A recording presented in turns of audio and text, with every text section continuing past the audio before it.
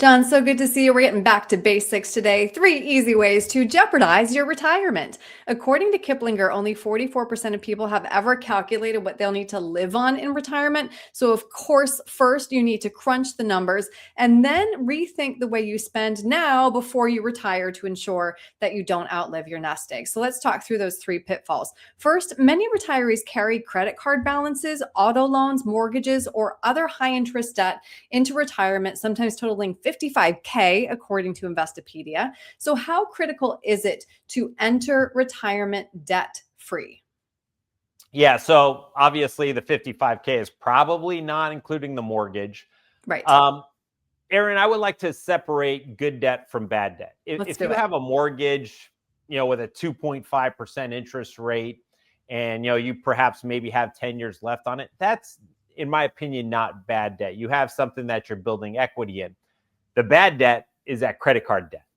And far too often I talk with prospects or when I used to teach a lot of workshops, people are buried in credit card debt. And I thank my lucky stars that not my financial advisor dad, but my mom hammered the fact of you never carry a credit card balance. If you don't have the money to pay that credit card balance off at the end of the month, you don't make the purchase. Yes. And, when you start looking at some of these credit card APRs, you're talking 19, 20, 25%. Yeah, right. Folks, that's outrageous. Do not carry that credit card debt. Now, if you had some type of financial emergency, which you should be planning for anyways, but if you had some type of financial emergency, you had to put it on your credit card, and now you're kind of stuck in that debt cycle. Well, if you have a house, do you have a home equity line of credit, right? Access that and pay off your credit card debt, or you're going to go onto a website like NerdWallet and find credit cards where you can do a 0% APR cash balance for 1 year and help reduce that 20% APR. Again, I'm not saying, hey, go spend what you want and put it on your home equity line of credit.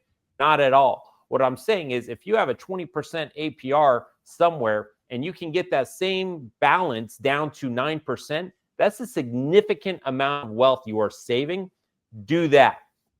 But the moral of the story is don't get bad debt. If you want to have that car and in interest rates over the last couple of years were 6%, well, do you really need a new car, or can you buy a certified owned used car where now your total payment is going to be less, the interest on that balance is going to be less in terms of dollar amount? Use out of the box. Well, it shouldn't be out of the box, but for a lot of people it is out of the box thinking to come up with a better solution to where you're not giving away money. That's what interest payments are. If you're not getting any equity out of something, you're just giving money away to buy that something. Right.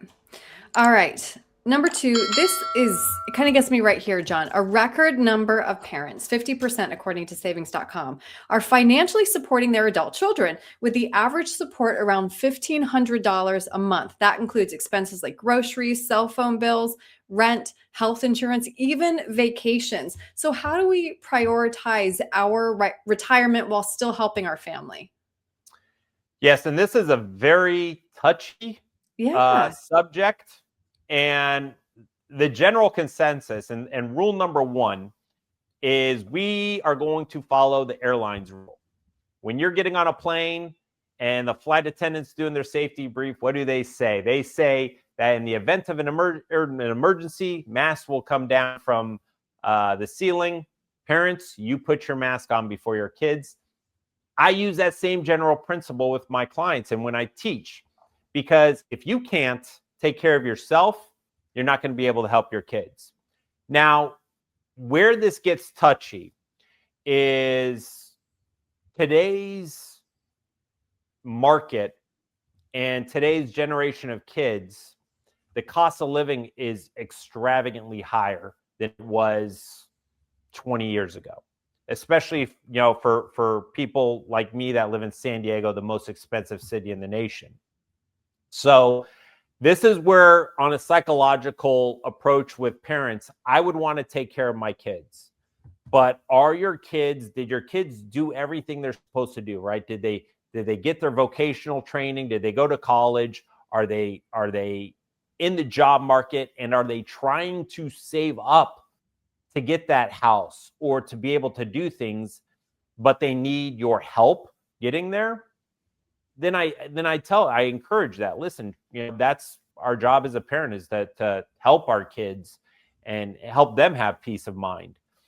But if your child, who is now an adult, is still acting like a child and is making a bunch of poor decisions, or is just sitting at home, not job hunting or playing video games, then that's really a conversation where you have to be the hardline parent and realize that it's not helping your situation out and it's not helping them out. Because what happens in the event you pass, Right. are they going to be able to financially take care of themselves?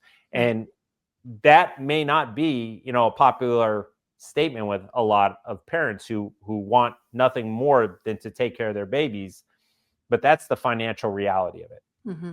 Right. All right. The third easy way is living large. Simply put, living beyond your means. But how can we determine if we are spending more than we should? Because this is such a delicate balance in retirement. Yeah. And this goes back to having that plan that we've talked about in, I don't know, almost every video. You have to have an income plan. So when we do an income strategy for our clients, we ask just two very basic questions. What are your necessary living expenses? And then what is your fun money, your discretionary expenses? We don't start off going into too much detail. Just give me those two numbers. And then we run it within our system. Now, if they have plenty of money, then hey, just stick to that number and you should be good.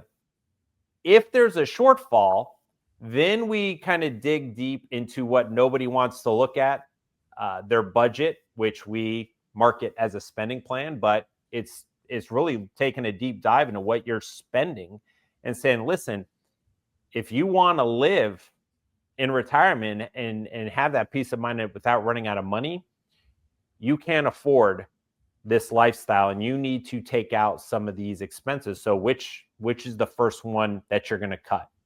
So, and it's also about having smarter expenses. We talked about the auto loan in the past. I don't buy new cars. I always buy off pre-certified because I'm not going to pay the depreciation. I have a car that I'm very happy with. It's a nice car, but I paid substantially less because I bought it off of a lease and it's certified by the dealership. You have an extended warranty that lasts even longer, and I'm paying a lot less. So don't keep up with, don't overspend. And I've had a lot of conversations with people where I've refused to work with them because they're saying, we want to spend this much. And an expert in myself was able to tell them that's unsustainable. Right. I'm not going to help you on this path of financial destruction. So you need to understand, you need to really lean on an expert in income planning to help you understand whether you're spending too much or you can afford that extravagant lifestyle. And if you really want that extravagant lifestyle, an advisor, and an expert and an advisor tells you you can't afford it, don't go against their word. Right? They're trying to tell you, listen, this is not a good idea. If you want it, then go back to work, save more, or work part-time to help fund that. But when it comes to spending in retirement, it's either you have the assets, and if it's a shortfall, you have three options. You either work longer, save more, you work part-time, or you cut those expenses out. Right. Right. And so, John, for everybody who's lucky enough to be watching now, you also have a fourth bonus sign. Yes. And it's going to come as a shock to some of our regular viewers. But that fourth and most important bonus is have a plan. Yeah. Have a plan for the unpredictable, painful events. because this can derail your retirement, your retirement nest egg, and your peace of mind. And these are uncomfortable conversations. What happens if one of us gets sick, gets cancer, has a major stroke, needs skilled nursing, or dies? What happens? No one wants to talk about that. But I know I'm not surprising anybody watching this video that that is what happens in life. We all know people. We've all know people that who have cancer, who have skilled nursing needs, or have passed. And if you don't have a plan for that, you're going to get financially destroyed. Now, I'm not saying having a plan is going to alleviate the stress of that bad event. However, if you understand that if one of us gets sick and we need a skilled nursing, or if one of us dies, this is what's going to happen financially, then you're setting yourself up to have more success and peace of mind versus saying, I don't want to talk about this and I'm just going to hope and pray this never happens. And then if and when it does happen, you have no plan, it's going to increase your stress. And, if you haven't taken the steps to mitigate that, it's going to really, really impact you in a negative fashion financially. So always have a plan for those uncomfortable events. Yes, absolutely. I mean, the plan accommodates for all of these easy ways to jeopardize your retirement, right? Helping you figure out a spending plan to get rid of that debt, helping to maybe figure out if you can help your kids financially. And of course, living large, making sure that, again, it comes back to what's your budget, what's your income and your expenses, having the plan. So, John, if somebody would like to sit down with you, make sure that they aren't jeopardizing their retirement, what's the best way to reach you? Well, you can always visit our website, www.gosecurus.com. We've got tons of videos on income planning and podcasts on income planning. And while you're on the website, you can visit the Contact Us tab where you can schedule a 20-minute phone call where we'll answer any general questions for you. Or if you're interested in our services, you can set up a complimentary vision and clarity consultation. Great. John, thank you. Thank you, Erin.